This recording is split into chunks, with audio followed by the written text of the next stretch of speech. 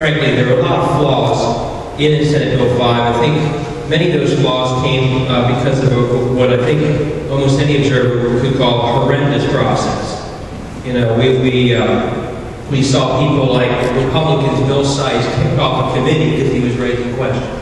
And they thought he would vote no, so they kicked him off the committee, they kicked someone else off the committee, they rushed it through, they locked people outside the State House. And this was not democracy at its finest. And the product, and a lot of the problems, I think, come from that process. It was really flawed.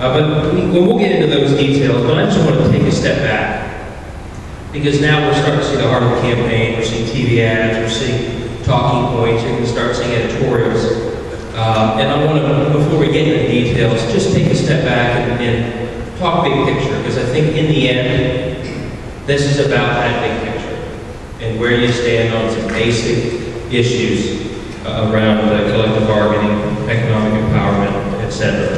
There are a couple of myths that are out there that I think are being thrown out there as the reason to support Senate Bill 5. Because at the heart of it, Senate Bill 5, when people understand what it is deeply unpopular. People know that. Those who proposed it now know it. So we're hearing a lot of myths to try and get folks to not see why it's the heart of it and they actually vote for it. The first myth is that somehow this is needed to balance the budget.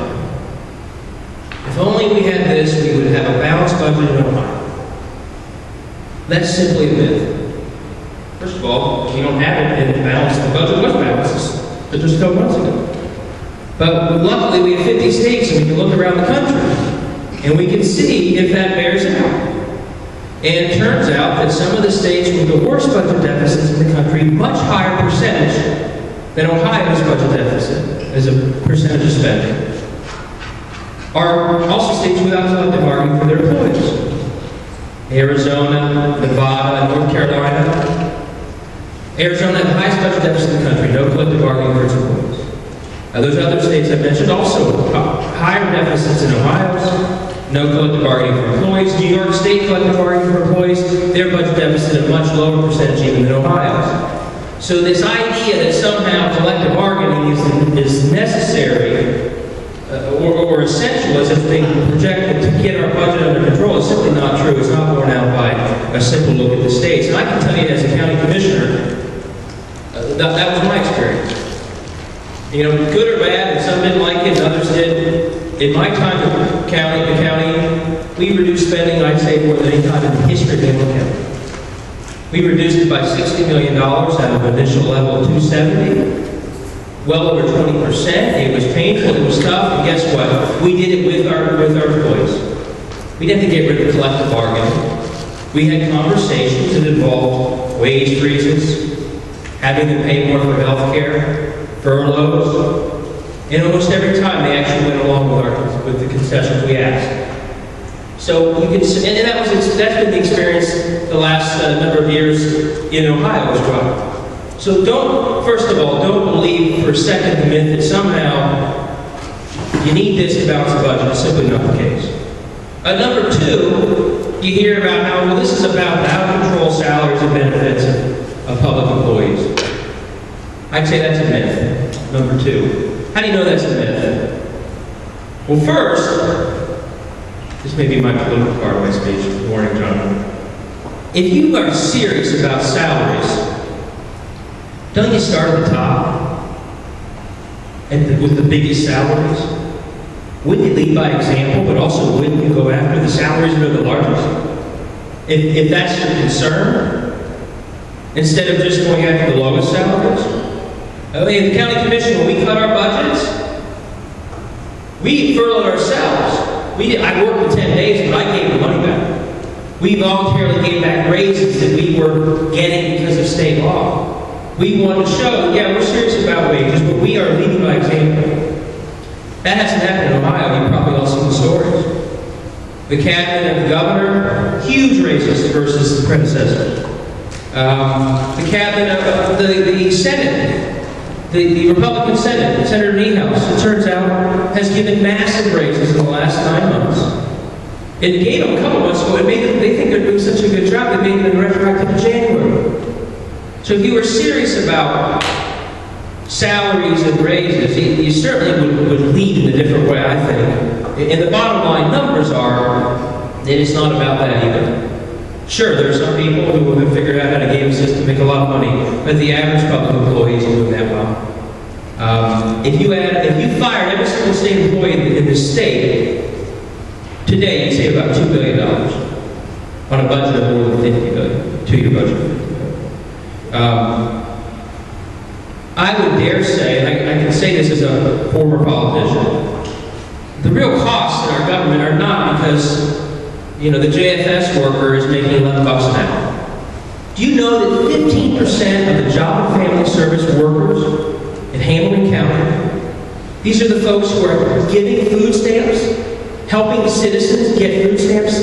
15% of them are themselves eligible for food stamps and make so little. It's that bad. The average corrections officer starts at $28,000. The average firefighter makes half or less of what a part-time state legislator makes. So the notion that, so I submit that those salaries are less the problem than the mistakes that politicians make.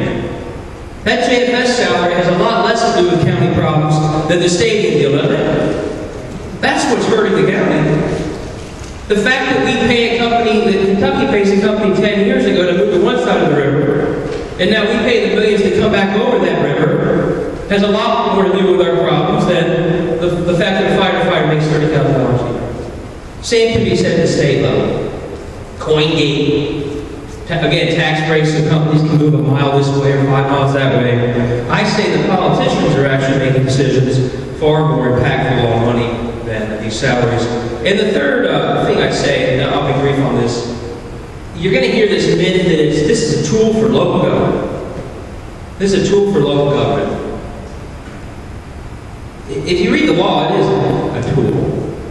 It's one of the great takeovers by state government and a bunch of part-time legislators of local control of labor management relations at the local level. And we can go through some of those details, but we have here folks who, their political ideology is it's better to think about the local level versus state level, but here the state is second-guessing and micromanaging all sorts of interactions at the local level. I'll give one example.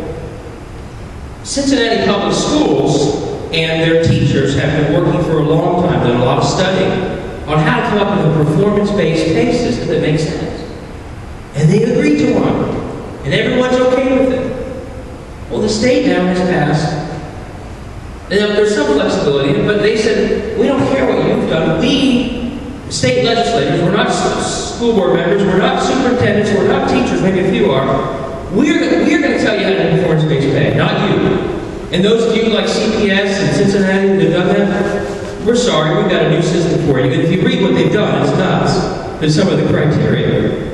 But this is a huge takeover. One of the more interesting groups that voiced real concern about this law, as it was being rushed through the legislature, were the lawyers for the employers. The management side lawyers said, hey, we agree with some reform, and frankly, most people in this room probably do.